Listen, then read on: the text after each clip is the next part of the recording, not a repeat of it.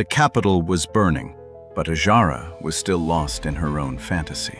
3 childhood friends were fighting to protect their people, and across the empire, resistance was rising.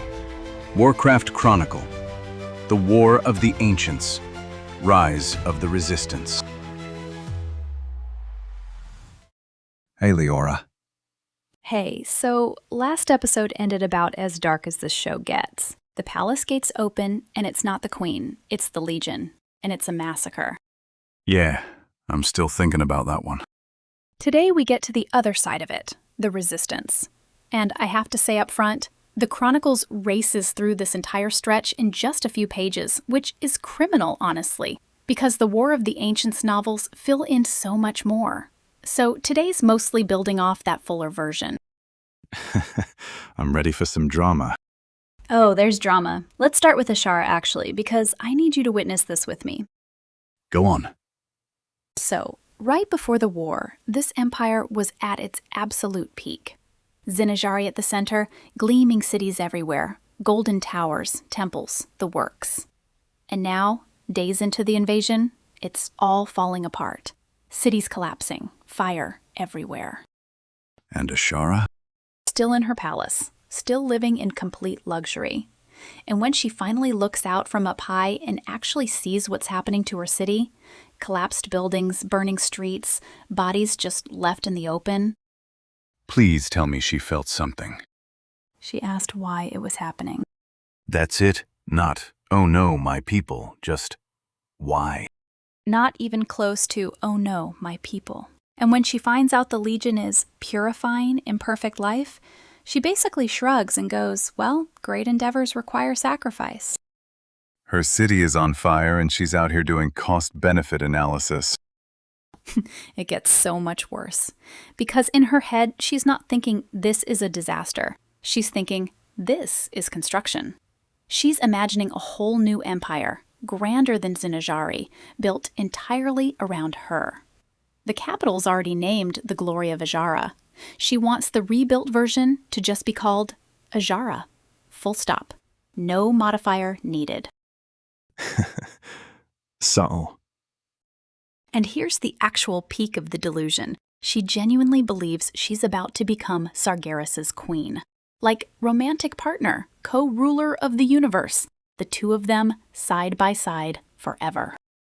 She thinks Sargeras, the guy who wants to burn all of existence to ash, is going to marry her?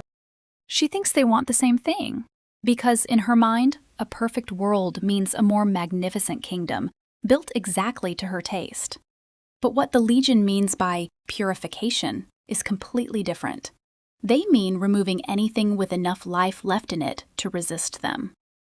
She thinks she's waiting for a god to share a throne with. She has no idea she and her entire empire are just tools he's using. And remember, Xavius was already scheming to get Azshara for himself, as a reward for good performance. Right, which means Sargeras would probably just hand her off like a bonus if it suited him. She's love-struck over someone who sees her as a very useful, very disposable asset.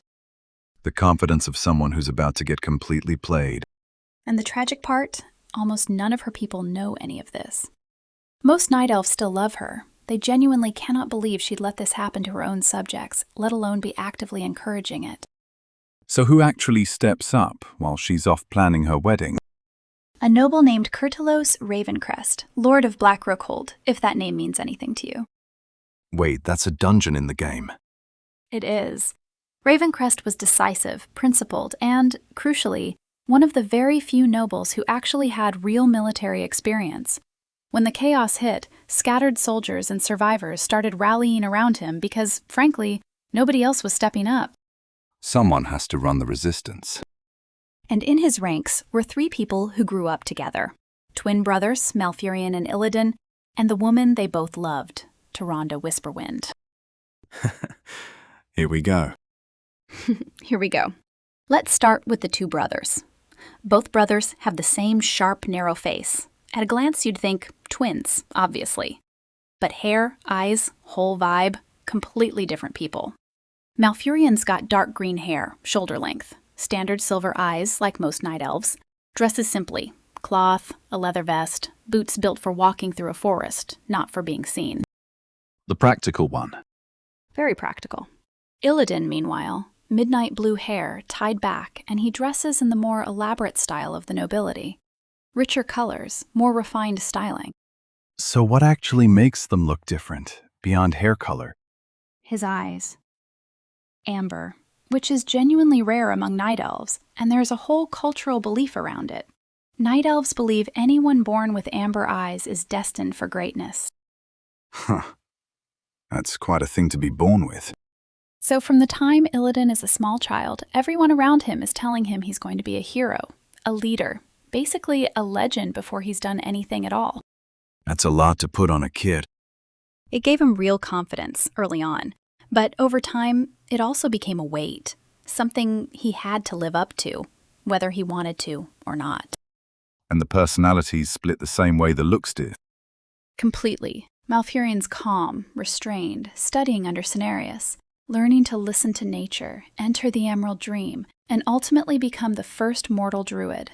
There's a genuinely sweet detail from the novels. He carries a little pouch of seeds around with him, just always has seeds on hand, and it comes in handy more than once when things get dangerous. A very prepared plant dad energy. Extremely. Illidan doesn't have that patience. He's drawn to arcane magic instead, the kind of power that gets immediate, visible results. Malfurion treats power like a responsibility you have to carry carefully. Illidan increasingly wants to use power to prove something, specifically that he's the better brother. And Tyrande is standing right in the middle of all this. She cares about both of them, genuinely, but she's slowly drawn toward Malfurion, his gentleness, his sense of responsibility, the way he treats life like something worth protecting. Neither of them is particularly good at saying feelings out loud, so for a long time this closeness just exists quietly, in trust, in the way they look out for each other. And Illidan? Illidan is much more direct about his feelings. He wants Tyrande to see his strength. He genuinely believes that if he racks up enough glory, enough status, she'll naturally choose him. So you've got his feelings for Tyrande, his rivalry with his own twin, and this whole omen hanging over his head. All of it tangling together into one very combustible bundle. Ah, young Illidan. Very young, very talented, very sure of himself. And Tyrande, for her part, is a young priestess of the moon, deeply devoted and genuinely kind. She has soft violet skin and dusky blue hair streaked with silver, with a beauty that's hard to miss.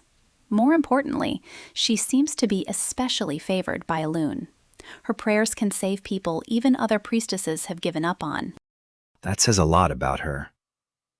So, how's the Resistance doing? Rough, honestly. And here's something worth sitting with. Ravencrest, like a lot of Night Elves, has accepted that the Highborn betrayed everyone. What he can't accept is that Ashara had anything to do with it. He's convinced she's being controlled by Xavius, by the Highborn, that she's a victim in all this too. So he actually sets storm the palace and rescue the queen as one of the Resistance's goals. Oof. Knowing what we just heard about her. It's genuinely tragic when you think about it. This guy is fighting with total conviction, total competence, and one of his core motivations is a complete misread of the situation. It doesn't hurt his battlefield leadership at all. It just makes his loyalty kind of heartbreaking in hindsight. Yeah, from where we're standing, that's hard not to see. What about Illidan? Did he ever get the big moment he'd been hoping for? He did. During one expedition, out of nowhere, a fellhound, one of those mana-draining hellhounds we mentioned last episode, lunges at him from behind. And? He dodges, and accidentally knocks Ravencrest over in the process, which, completely by accident, saves both of their lives because it throws off the attack. Illidan grabs Ravencrest's drop sword, cuts the fellhound's mana-draining tendrils clean off, and finishes it with a strike to the head. That's a genuinely great sequence. Half instinct, half improvisation. Ravencrest sees the whole thing as Illidan saving his life, which, functionally, he did. He's blown away by the quick thinking and the raw talent, and on the spot, he names Illidan his personal mage. Later, after the Moon Guard lost its commander, Illidan would take charge of its surviving sorcerers. That's huge for him. massive, because it's not just status. To Illidan, it feels like proof. Like the amber-eyed prophecy is finally coming true. He starts genuinely believing this is it, his destiny, arriving right on schedule. Keep winning, become the hero everyone said he'd be, and Tyrande will finally see who's actually worth choosing. That's a dangerous story to be telling yourself. Very dangerous. But for now, there is a much more immediate problem facing the Resistance, and it ties directly back to last episode. That magical barrier around the Well of Eternity. It's cutting off everyone outside the palace, but the Highborn inside can still draw on the well freely, which means they can keep the demon portals running.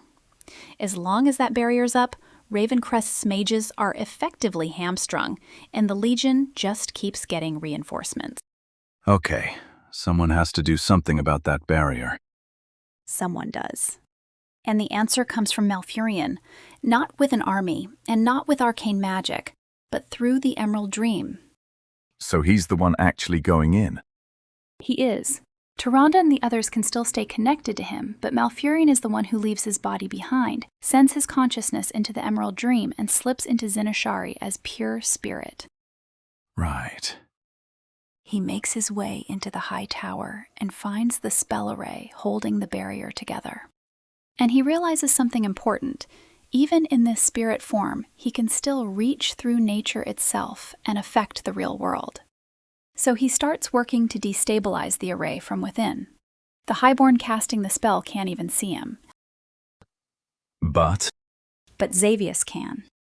He had long since replaced his natural eyes with 2 orbs of black crystal, streaked with ruby-red veins, magical eyes capable of seeing what ordinary sight could not.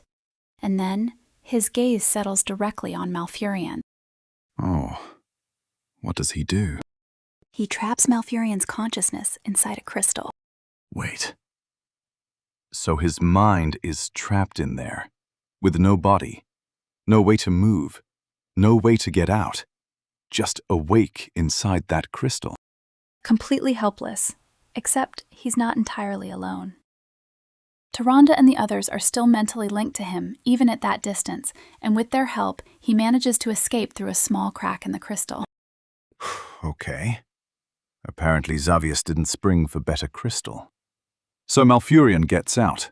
He runs. He doesn't run. That's the part that gets me. He's terrified. Real fear, real risk. But instead of fleeing immediately, he goes back and destroys the spell array first, and on his way out, Xavius finds him again. Of course he does. Xavius comes at him with raw, overwhelming arcane power, trying to crush him outright. And Malfurion does something extraordinary. He stops fighting like a person and lets his consciousness spread into the wind, the clouds, the rain, the rock, the earth itself. He channels the whole natural world's fury at the Legion into a single counterattack. He's using the whole world. He condenses the air into a wall to shield himself from Xavius's attack. He destabilizes the stone platforms holding up the casting Highborn, and they fall. He whips up violent wind around the portal itself, so the sorcerers there can't hold their spells steady. And then thunder tears open the sky above the palace. Rain floods straight into the tower. Lightning strikes Xavius again and again. Water pours over him. And the thunder, the sheer force of it, finally shatters him completely. That's an incredible image. With Xavius down, nobody's left who can stabilize the barrier.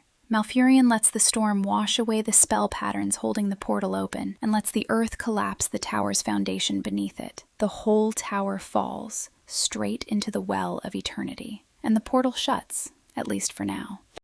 So he just won this round with the one kind of power the Highborn barely even respected. Nature itself. Exactly. For the first time, everyone sees what that path can actually do. Malfurion reached out to the world around him, and the world answered. Okay, so big win for the Resistance. Big win, but a short one, because the surviving Highborn get the portal running again fast, and this time what comes through isn't just rank-and-file demons. Who? The Defiler himself. Archimonde, personally, steps into Azeroth. Oh, great. Our old friend. And Xavius, by the way, not actually gone. Sargeras gets hold of what's left of his soul, and he's furious about the failure. So first, he punishes him. He tortures Xavius' spirit for what went wrong. I can only imagine what punishment from Sargeras looks like. No wonder everyone under him is terrified of failing. Exactly. And with Sargeras, punishment doesn't necessarily mean he's finished with you. Sargeras doesn't throw Xavius away. He rebuilds him instead, twists him into something new and much more dangerous. Curled horns, cloven hooves, claws, a body made stronger and more vicious than the one he had before. Xavius becomes the first satyr. Ah, satyrs. So that's who we have to thank for all the ones we've been killing in the game. Exactly. Xavius starts turning other night elves into creatures like himself, and the first satyr ranks begin to grow. Do Malfurion and the others know any of this is happening? Not yet. And speaking of our main characters, let's follow Tyrande to see a different side of the war. She's out with the Sisterhood, treating wounds, protecting refugees, no matter who they used to be, back when social status still mattered. And among the refugees, she finds the young girl, Chandris Feathermoon. Oh. Chandris got separated from her family in a demon attack, wandered alone for 2 days. Tyrande knows, logically, she can't save everyone, but she can't leave this one kid behind either. Splits her own food with her, keeps her close. And Chandris just sticks with her after that. Barely leaves her side. Tyrande becomes the one steady thing left in her world. An accidental adopted daughter in the middle of a war. Basically, yes. And not long after that, the Sisterhood's high priestess dies from wounds she suffered in battle. And before she goes, she names Tyrande as her successor. Tyrande? Already? That's Tyrande's reaction too. She feels far too young, far too inexperienced for something like that. But she accepts the responsibility. Her first order as high priestess is simple. No elaborate coronation and no ceremonial robes in the middle of a war. All she asks is that the sisters keep doing exactly what they've been doing, treating the wounded, supporting the front. For her, the title isn't about glory. It just means more people are now her responsibility. That tracks with everything we've heard about her. It really does. And while all of this is happening, there's also been a small but important shift in that triangle between Tyrande and the Stormrage brothers. Let me guess. Illidan finally couldn't hold it in anymore? Pretty much. He talks to Tyrande about the two brothers, about his own strength, and about the future he imagines for the two of them. Tyrande never simply tells him, "I've chosen Malfurion." But when Illidan starts tearing down his brother, she immediately defends Malfurion, his choices, his character, everything he's been trying to do. And Illidan reads the room. He does. Maybe more clearly than Tyrande herself is ready to admit. He walks away, convinced that, whether she said it aloud or not, her heart is already leaning toward Malfurion. That's got to sting. It does. And Illidan doesn't handle that feeling particularly well. He starts telling himself that Malfurion has once again taken the place that should have been his. That sense of frustration, the rivalry between the brothers, and that lifelong expectation of greatness tied to his amber eyes all start twisting together into jealousy. And unfortunately for Illidan, those are exactly the kinds of feelings someone else is very interested in encouraging. I knew Xavius wasn't done with this story. Not even close. Illidan walks off alone into the forest, and some very ugly thoughts start creeping in. Even the idea that if Malfurion died in the war, Tyrande might eventually turn back to him. Illidan is horrified by the thought and ultimately rejects it. What Illidan doesn't know is that Xavius has been nearby the whole time, quietly feeding those darker thoughts and seeing how far they'll go. Maybe our boy Illidan should focus on the war for a while. Oh, he'll have his day. So, that's where we leave things today. Malfurion's fully stepped into his role as a warrior of nature. Illidan's a rising star, though some more dangerous sides of him are already starting to emerge. Tyrande's stepping into real leadership, and the war itself is already becoming bigger than the Night Elves alone. Malfurion is starting to look for allies beyond his own people. And as it turns out, some ancient powers have already taken notice. That's next episode. If you enjoyed this one, subscribe so you don't miss what comes next. If you're learning English, or if some Warcraft terms felt confusing, tap the video link in the top right. Our vocabulary episode explains useful English expressions from today's story, along with the Warcraft terms we mentioned. See you next time. See ya.